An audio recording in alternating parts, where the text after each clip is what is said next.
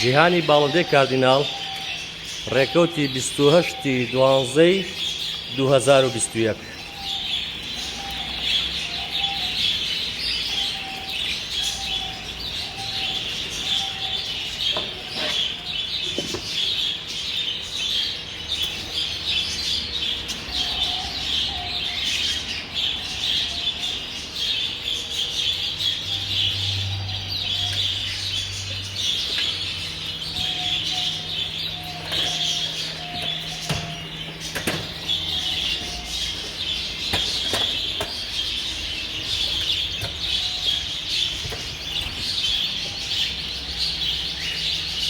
ئەمە ژمارەی ڕیمبۆکانە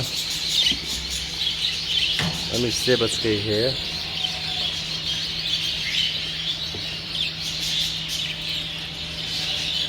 ئەمەش دایک و باوکەکەیانە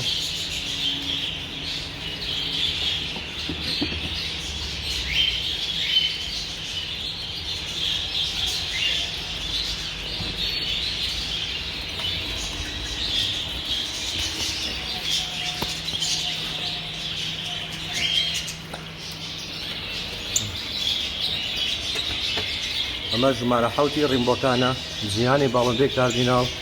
ڕێکەوتی 28/12/2021